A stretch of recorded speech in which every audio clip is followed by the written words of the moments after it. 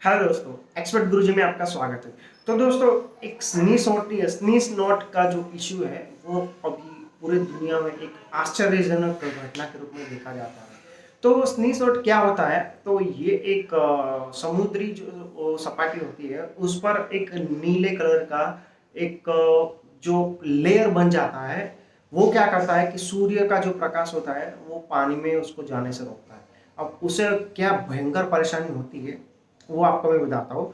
उसकी वजह से अगर सूर्य का प्रकाश पानी के अंदर नहीं जाता है तो नीचे जो ऑक्सीजन का जो लेवल है वो धीरे धीरे डिस्ट्रॉय होता जाता है, मतलब कम होता जाता है। अब पानी में जब ऑक्सीजन का मात्रा है वो जब कम होने लगती है तो जल जो सृष्टि होती है उस पर भयंकर संकट आने लगता है। और समुद्र के नीचे जितनी भी जल सृष्टि होती है, चाहे वो वन्य सृष्टि हो या फिर चाहे वो मछली हो या उसके रिलेटेड कोई भी वन्य सृष्टि, वो तुरंत ही मर जाती है। उसका क्लासिक एग्जांपल है मैक्सिको की जो बे ऑफ मैक्सिको है, उसमें 2009 में ऑयल स्पिलिंग हुआ था। तो उस ऑयल स्पिलिंग में क्या हुआ कि उस समय में ऐसी फोटोज आ रही थी कि समुद्र की सतह पर 11 किलोमीटर में ऑयल, पूरा का पूरा ऑयल फैल गया था। और वहां पे अगर कोई पंछी पैर रखता है तो वो पैर उठा भी नहीं सकता था, मतलब उसमें वो फंस जाता था। तो उसकी वजह से आसपास के 11 किलोमीटर के एरिया की जो भी जल सृष्टि थी उसमें मछली हुई, बड़ी मछली, छोटी मछली, पानी में जो शेवाल है, ठीक है, एल्गीज हुई, वो सब का सब सत्यानाश हो गया था और वो पूरी की पूरी तबाह हो चुकी थी। और उसके नीचे जो समुद्र का जो तल होता है वहां पर वो फैल रही थी। अब वो सालों तक वहीं रहेगी, क्योंकि ऑयल जब पानी में जाता है, तेल जब पानी में जाता है तो दोनों के बीच में क्या होता है कि तेल हल्का होता है, किंतु उसमें जो डेंसिटी होती है उसकी वजह से वो पानी के ऊपर का जो सूर्य प्रकाश है उसको नीचे नहीं आने देता, इसीलिए पूरी जल सृष्टि को नष्ट कर देता है। सेम उसी तरीके का जो इंसिडेंट है आज मरमरा करके जो तुर्की का एक एरिया है वहां पर देखने को मिला है। अब वहां पे हुआ क्या है कि वो आसपास का जो एरिया है वो पूरा का पूरा पर्यटन के लिए बहुत फेमस है, किंतु तुर्की और उसके आसपास के एरिया में जो इंडस्ट्रियलाइजेशन हो रहा है उसकी वजह से जो वेस्ट निकलता है, मेडिकल वेस्ट हुआ, इंडस्ट्रियल वेस्ट हुआ, वो क्या करता है समुद्र में डाल देता है। अब ग्लोबल वार्मिंग की वजह से समुद्र का तापमान धीरे धीरे बढ़ता जा रहा है। अलास्का में, एंटार्क्टिका में आप देखिए तो आज से 10 साल पहले जहां बर्फ हुआ करता था, आज जाके वहाँ ऐसे सपाट जमीन हो चुकी है। अलास्का की बात कर रहा हूँ। और अगर आप एंटार्क्टिका की बात करें तो वहां पे न्यूयॉर्क या न्यू दिल्ली जैसे सिटी के आकार की जो हिमशिलाएं होती है वो अब टूट कर समुद्र में तैरने लगी। आप सोचिए कि दिल्ली या न्यूयॉर्क के आकार की जब हिमशिलाएं समुद्र में जब गिरती है तो उसका कितना टन, कितना मेट्रिक टन जो वॉल्यूम है वो बढ़ जाता है और उसकी वजह से समुद्र की सपाटी ऊपर आती है। अब बात करते हैं ये जो स्नीक कॉट सी नॉट होता है, वो बेसिकली एक शैवाल है और एल्गी है। एल्गी का मतलब कि वो प्रदूषित जो कचरा होता है वो जो पानी में डिजोल्व नहीं होता है, उसकी वजह से एक समुद्री सतह पर लेयर हो जाते हैं। और लेयर जनरेट होने की वजह से वहां पे जो है बहुत सारे भयानक बैक्टीरियाज वहां पे अपनी घर बना लेते हैं और उसकी वजह से दिन प्रतिदिन उसका जो लेयर है ऐसे छोटे छोटे छोटे छोटे छोटे में से ऐसे बड़ा होता जाता है। और उसकी वजह से जो समुद्र के पेटाल में जो सूर्य प्रकाश नहीं जाता है तो नीचे की जल सृष्टि मर जाती है। उससे जो फिशिंग इंडस्ट्री होती है वो पूरी तरीके से बर्बाद हो जाती है। अब तुर्की ने क्या किया है इसको ट्रेक करने के लिए, तो उन्होंने तुरंत ही एक्शन लिया है कि भाई इस तरीके की जो जहां पर भी एक्शन, ये स्नीज नॉट का जो इश्यूज पाया जाता है वहां पर वो लोग बड़े बड़े जहाज लगाकर वो जो ऊपरी लेयर जो जम गया है उसको फिल्टर कर रहे हैं।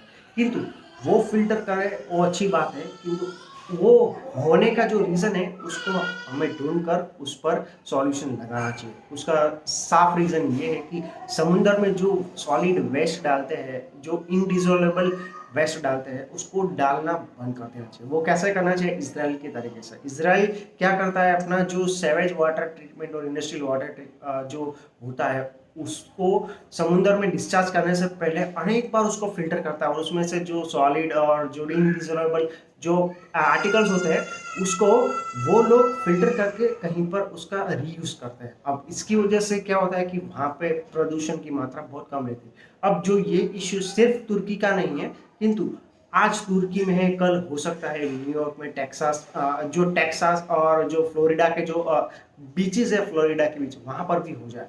क्योंकि आपको बता दें कि जल सृष्टि जो है वो 90% जो जल सृष्टि होती है उस वो लोग अपनी आबादी बढ़ाने के लिए समुद्र किनारे पर आते हैं। वो वन्य जलचर जीव होते हैं, वो समुद्र किनारे पर आता है। आपको आपने देखा होगा कि कछुए वगैरह सब जो होते हैं, जब उसका पीरियड का सीजन आता है तो वो समुद्र किनारे पे आके अंडा देते हैं। ठीक लाइकवाइज बहुत सारे जो जल जीव होते हैं वो समुद्र किनारे पर आता है। अब जब इस तरीके की जो समस्या है अगर समुद्र किनारे पे होने लगती है तो वो लोग आ तो जाएंगे, किंतु ये जो लेयर है उसके बीच में फंस जाएंगे ताकि उसकी मृत्यु निश्चित है। तो इस तरीके का जो जिस तरीके से ये तबाही शुरू हो रही है उसको रोकने के लिए युद्ध स्तर पर हर एक को सबसे पहले अपने जो डिस्चार्ज निकलता है, इंडस्ट्रियल वाटर डिस्चार्ज, उसको बहुत ही सुदृढ़ बनाना होगा। क्योंकि हमारा जो प्लेनेट है वो कुछ ही लिमिट तक इस तरीके की जो वेस्ट है उसको झेल सकता है। उसके बाद वो अपने आप में बैलेंस कर लेता है। कैसे करता है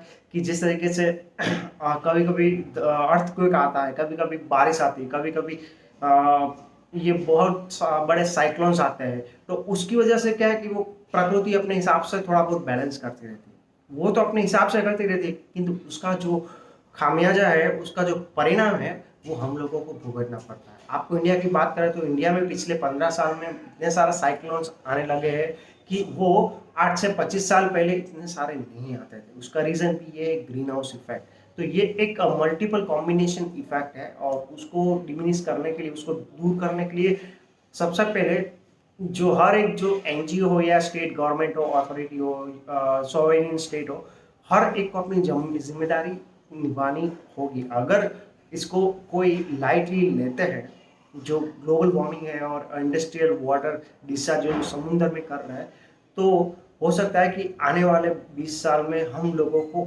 इसकी अहमियत पता चल जाएगी। क्योंकि आज जिस तरीके से कोरोना की महामारी आई है और जिस तरीके से साइक्लोन्स बढ़ रहे हैं, वो आने वाले समय में और भी इंटेंसिफाई हो सकते हैं। क्योंकि हम लोगों को पता नहीं है कि साइक्लोन की गति क्या होगी, किस मार्ग से जाएगा, कितना नुकसान होगा। वो जब हो जाने के बाद हम उसको ट्राई करते हैं, उसमें से बाहर निकलने की कोशिश करते हैं, तो वो सालों लग जाता है।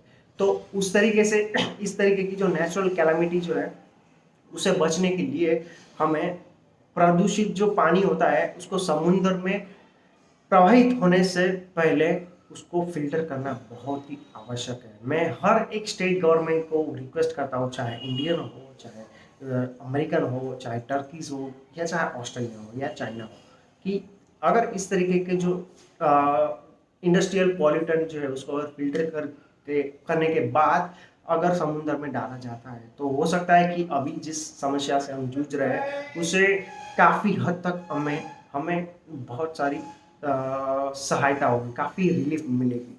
अगर एज इट इज चलता है तो एक दिन ऐसा आएगा कि जो नेचर है, प्रकृति है, अपने आप में खुद को कंसोलिडेट करेगी और तब न आपके पास टाइम होगा न मेरे पास टाइम होगा।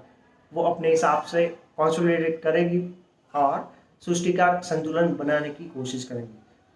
तब बहुत लेट हो चुका होगा और हो सकता है कि समुद्र किनारे पर बसे हुए काफ़ी जो विस्तार आज हम देख रहे हैं वो शायद नक्शे में भी नहीं होंगे। दोस्तों, आपका क्या कहना है? कृपया कमेंट करके कमेंट बॉक्स में रखते जाए, जरूर बताइएगा। Thank you very much for watching this video.